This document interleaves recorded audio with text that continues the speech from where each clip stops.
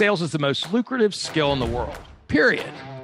The problem is most sales advice out there today is outdated, cheesy, and can even keep you from getting the deals that can make all the difference in your career. This is the No BS Sales School, a podcast for entrepreneurs and salespeople who want to master the skill of selling without all the BS. One of the things I think salespeople, especially those not professionally trained or those that aren't professionals, how about that? You don't have to be trained to be a professional.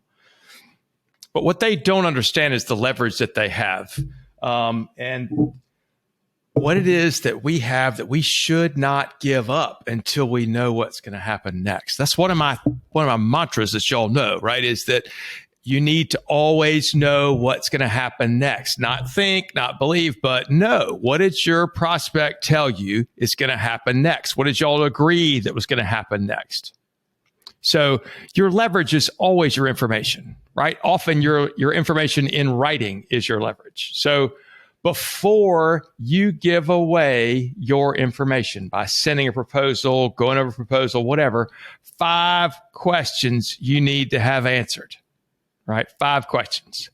When were you hoping to make a decision, right? Start there. When were you hoping to make a decision, right? Because they're not going to make a decision for 6 months or sometimes 2 months or 2 years.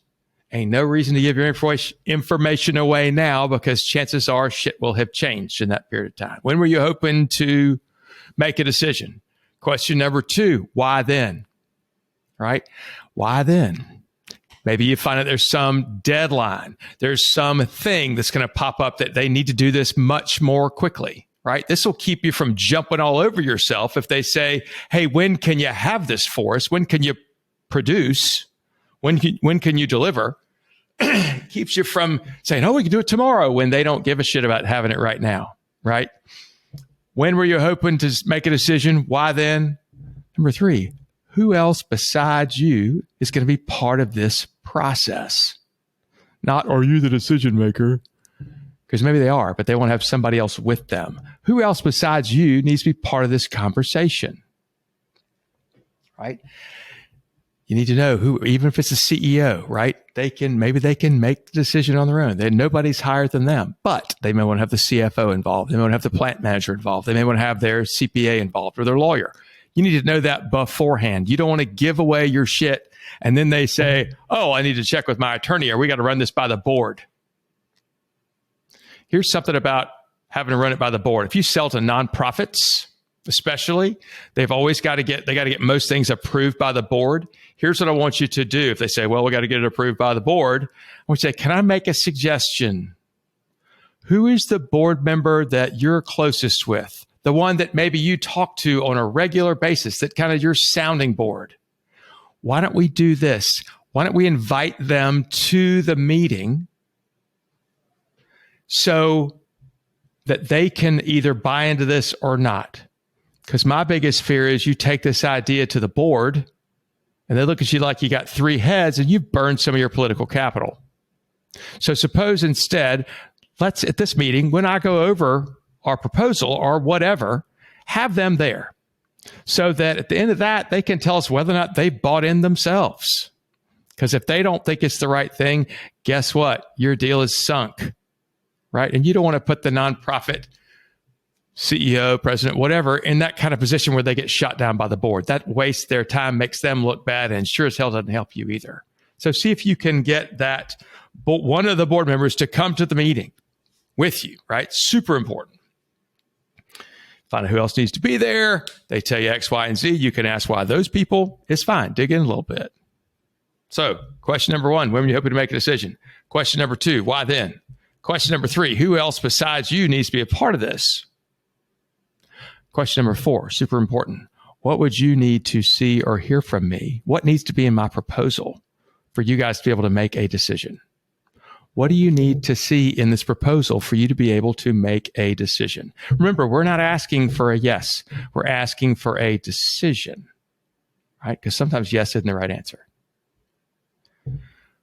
Here's the thing. We believe that other people in the world are either like us or should be like us, right? And so If we need a ton of information, we're probably going to create a proposal that's way more than we need, than the buyer might need.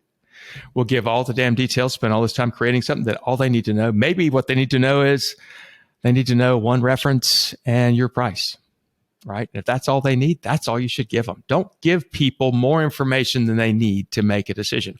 All you'll do is cause problems for yourself and probably confuse your prospect. They just need to know what they need to know to make a decision. Next question is, who else you talking to? So hilarious. Not hilarious. It's sad when I ask somebody, who's your competition? They say, well, I don't think they're talking to anybody else. Well, how the hell do you know? Did you ask? No. Who else are you talking to? Question number 1, when we hope to make a decision. Question number 2, why then? Question number 3, who else besides you needs to be a part of this?